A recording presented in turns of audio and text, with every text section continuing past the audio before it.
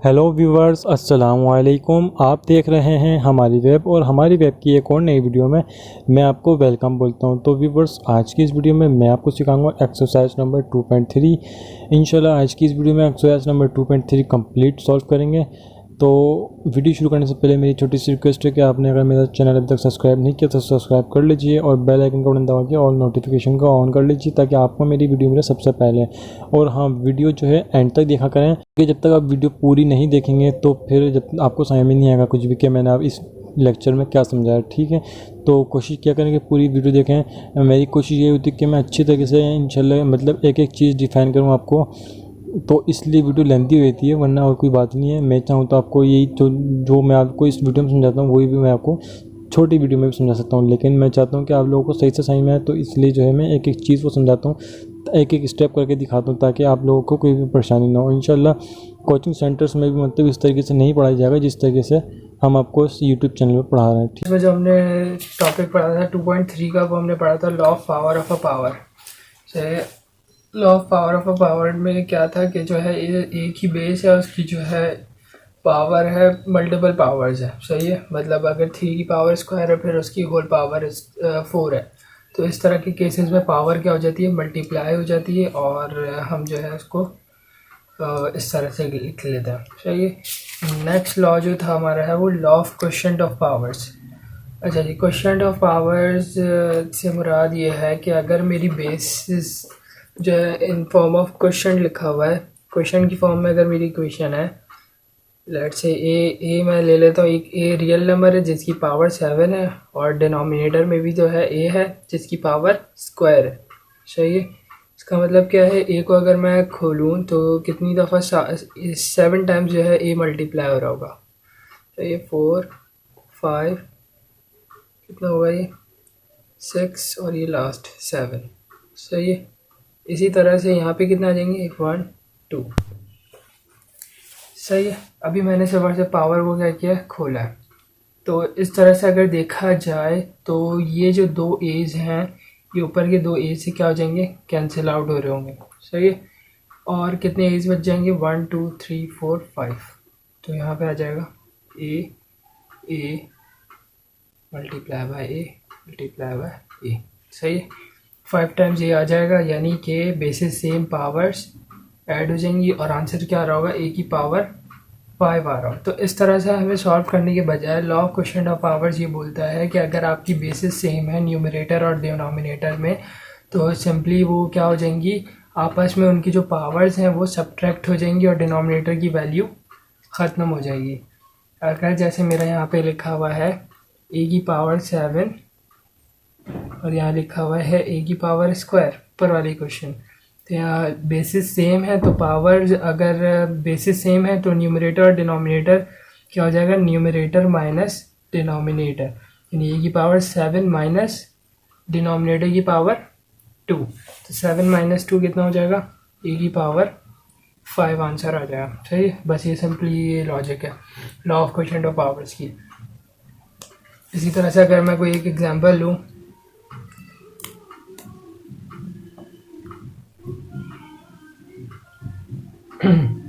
तो हम एग्जांपल ले लेते हैं कि 6 की पावर 5 मल्टीप्लाई बाय 6 की पावर 4।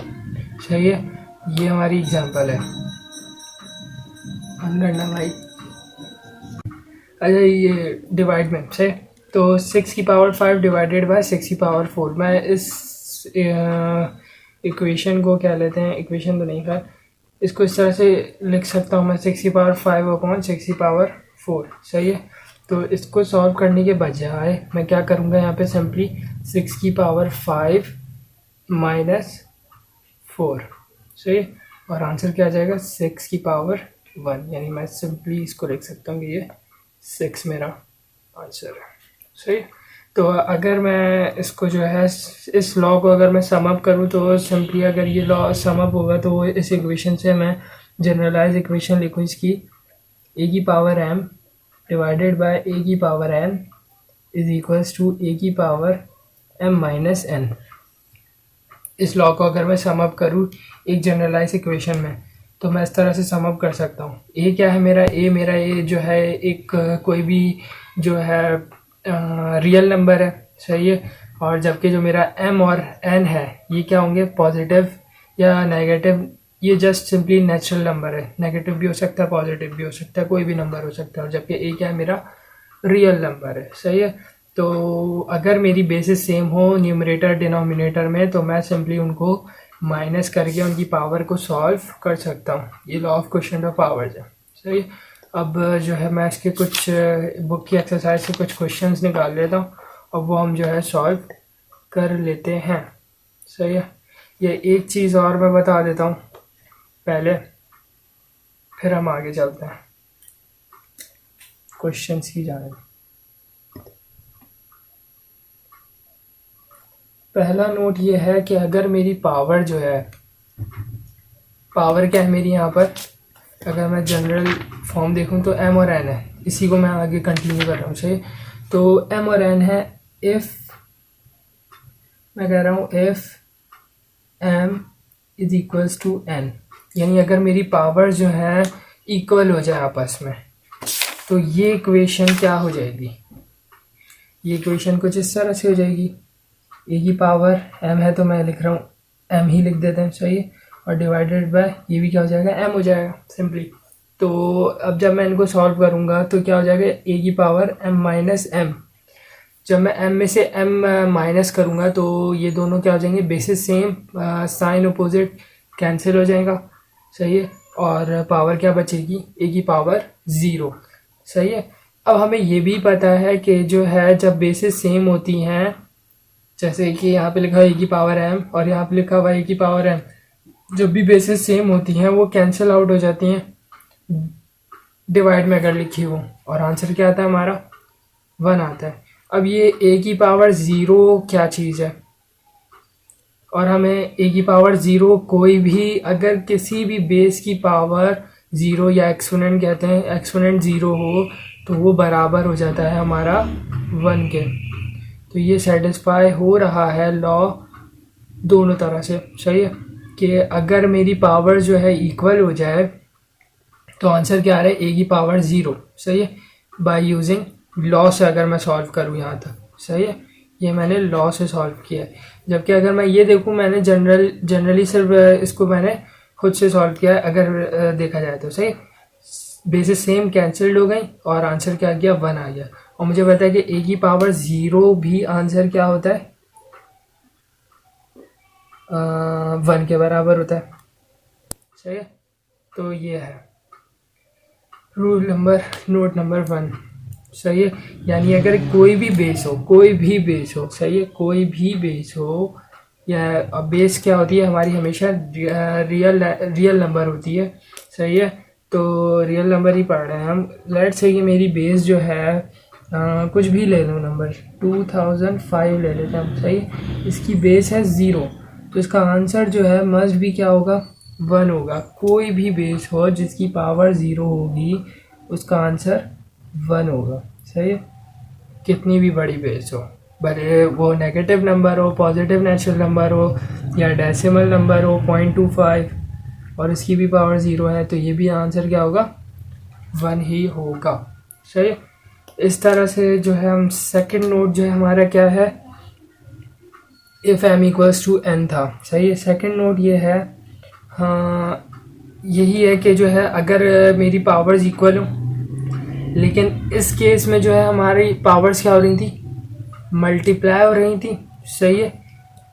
और इस केस में क्या होंगी वो, मैं कह रहा हूँ पावर्स इक्वल है, वही F F F F F M equals to N.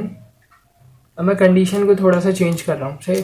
तो कंडीशन यहाँ पर क्या हो रहे थे, डिवाइड हो रहे थे, मैं क्या कर दे रहा हूँ कि ये मल्टीप्लाई हो रहे हैं, सही है,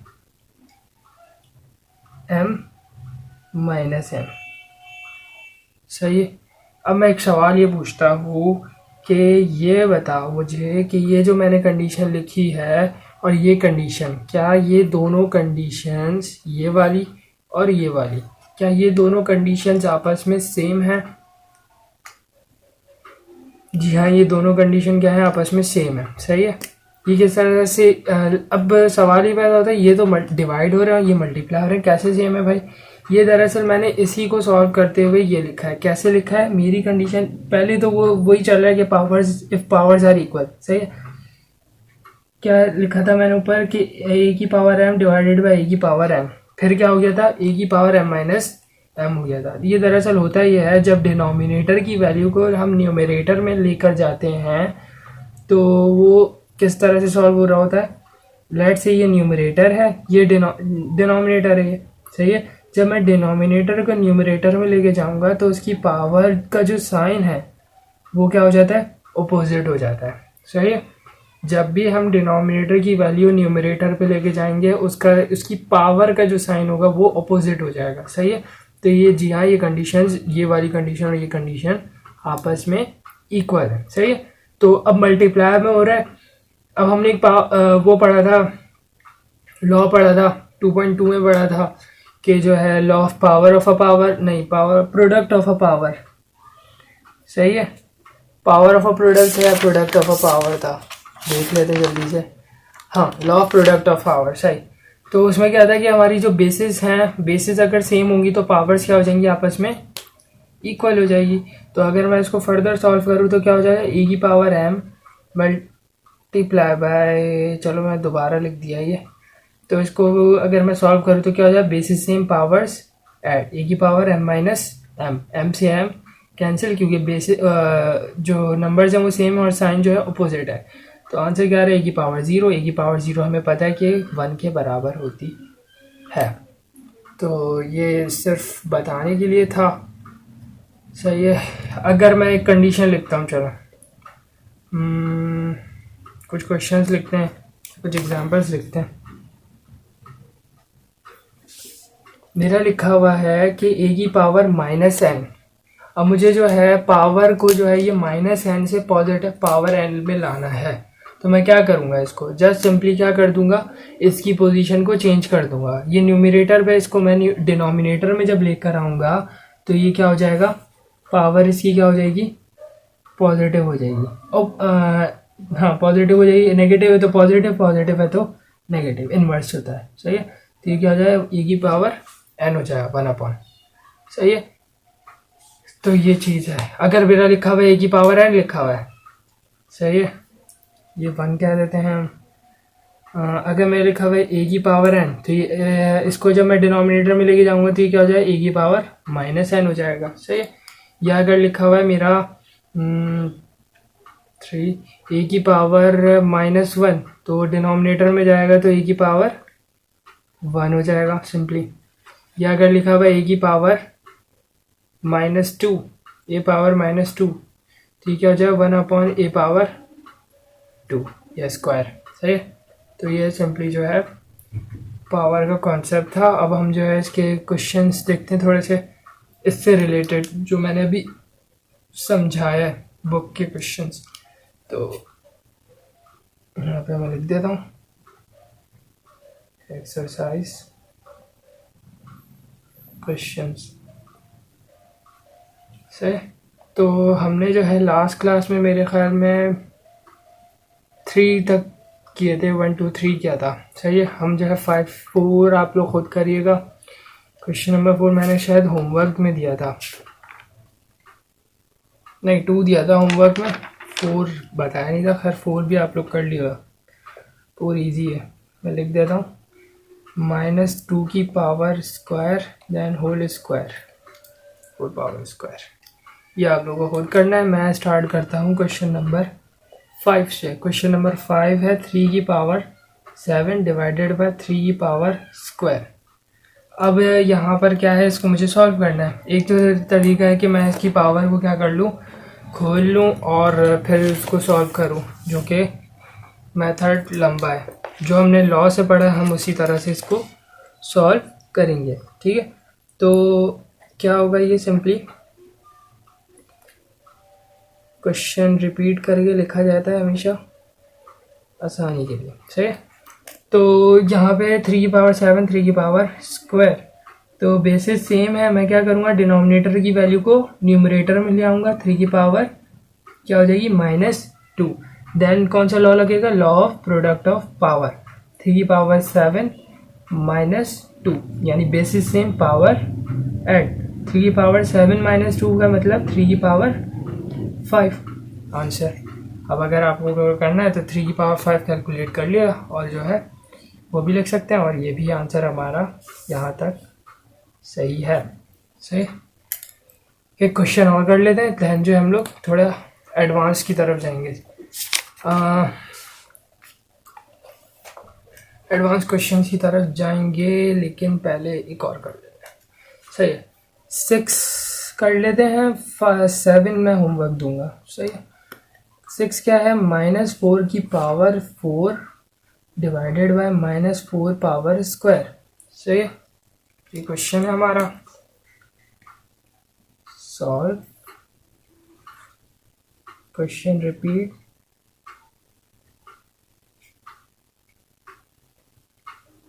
देन सॉल्व करते हैं इसको। क्या है, बेसिस सेम क्या होगा, सबसे पहला मेथड क्या होता है हमारा, numerator as it is, denominator को हम न्यूमरेटर में लाएंगे, -4 की पावर -2। सही है, फिर पावर वाला जो लॉ है प्रोडक्ट ऑफ पावर वाला, बेसिस सेम पावर्स एट -4 की पावर 4 - 2, तो 4 - 2 घर में तो कितना हो जाएगा, -4 पावर स्क्वायर।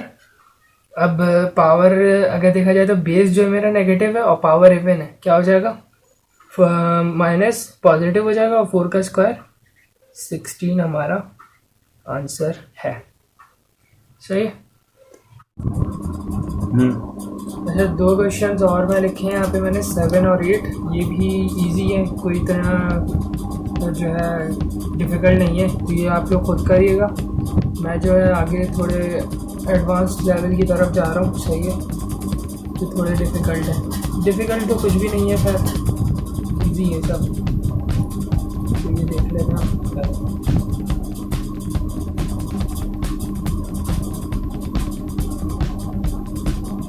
अच्छा जी, ये क्वेश्चन है हमारा 9, -21x6 y power 9 upon 3x² y power 5 से सबसे पहले सॉल्व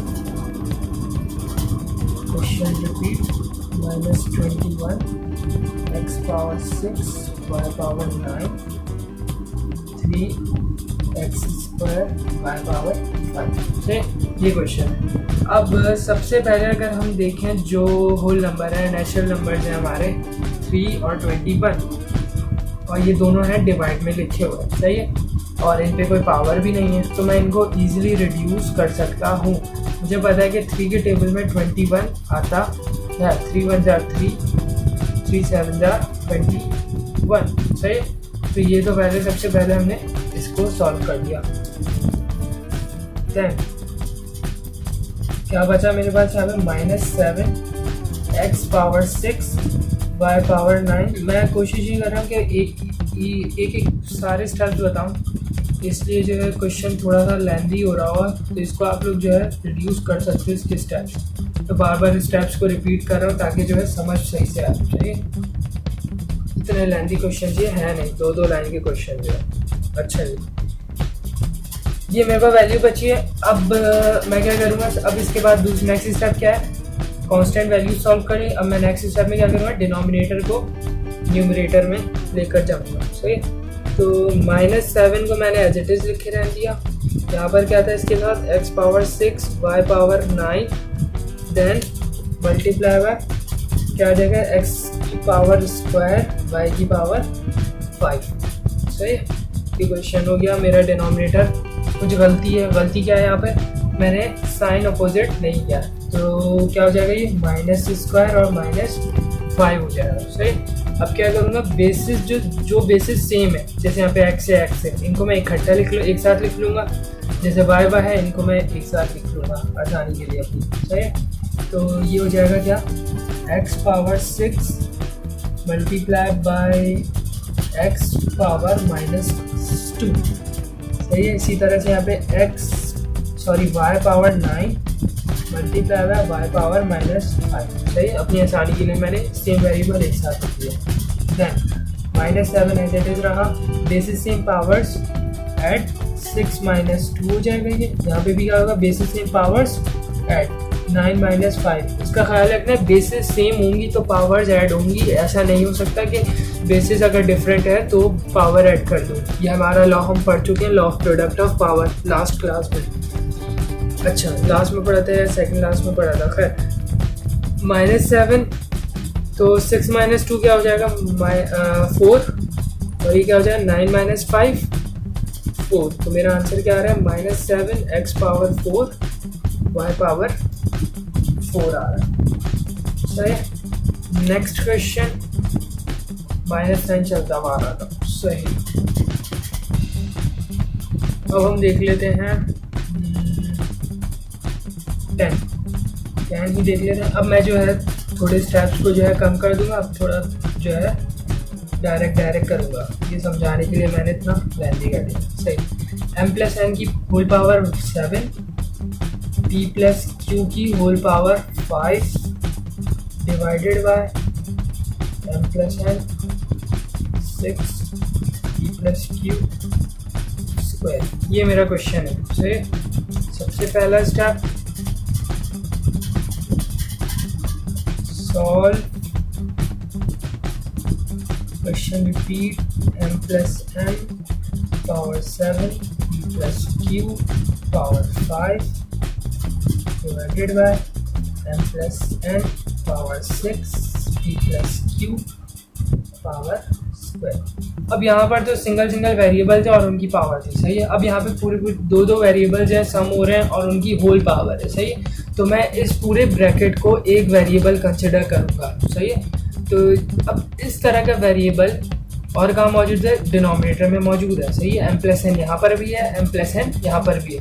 तो मैं क्या करूँगा, डिनोमिनेटर की वैल्यू अब न्यूमरेटर में लेके जाऊँगा और यहाँ पे p प्लस q के साथ। सही है। तो मैं डायरेक्ट लिख देता हूँ m प्लस n पावर 7 के साथ इसके जैसा वेरिएबल ये है, तो इसको मैं इसके साथ ही डायरेक्ट लिख देता हूँ -6। इसी तरह से यहाँ पे p प्लस q पावर 5 और multiply by p plus q whole power -2। सही है।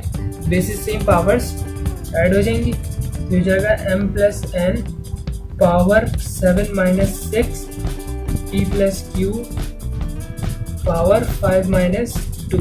सही है। 7 माइनस 6 1, यानी m प्लस n की होल पावर 1 हम पावर लिखते नहीं है। सही है। तो p plus q power 5 minus 2 मतलब q 3। ये मेरा आंसर है, सिंपल।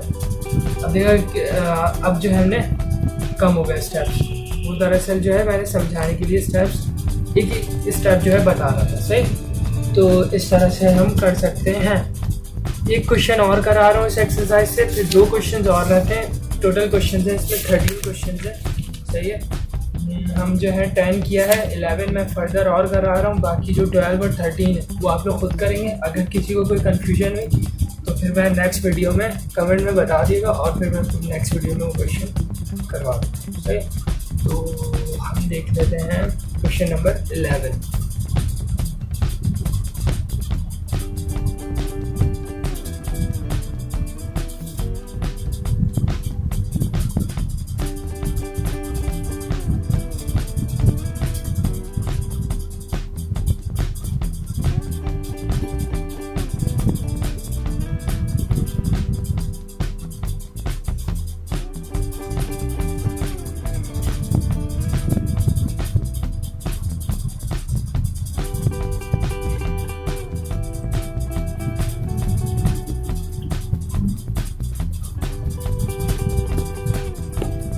अच्छा जी, ये क्वेश्चन है हमारा। सबसे पहला step as usual, solve question repeat. -20 2p -2 power 12।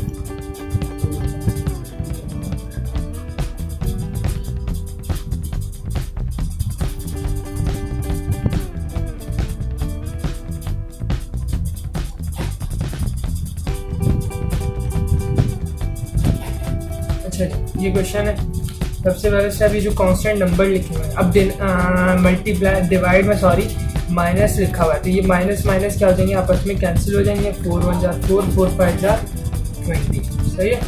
तो और क्या होगा, डिनोमिनेटर की वैल्यू ऊपर जाएगी, सही है। तो ये क्या हो जाएगा, 5 into 2p minus 3q power 12, 2p minus 3q, इसकी भी होल पावर क्या है, -9 हो जाएगी।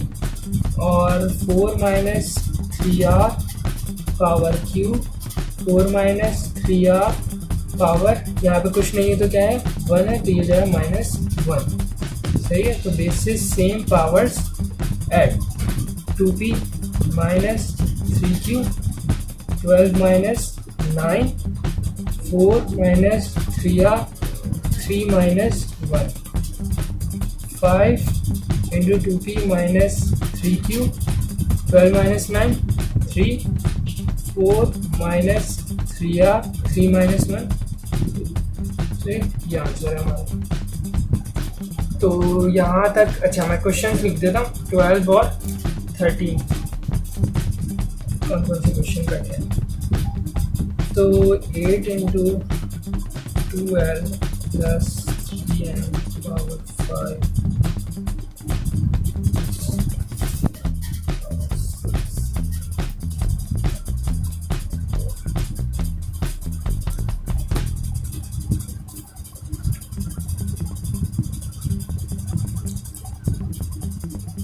क्वेश्चन 12 है।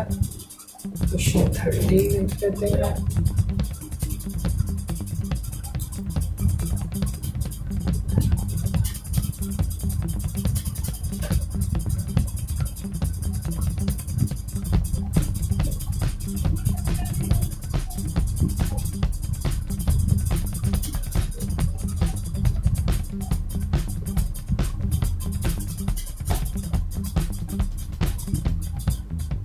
कुछ नहीं तो ये 2 क्वेश्चन हैं, ये आप लोग खुद ट्राई कीजिएगा। और ये हमारी एक्सरसाइज 2.3 जो है कंप्लीट हो गई है। नेक्स्ट क्लास में इंशाल्लाह 2.4 स्टार्ट करेंगे।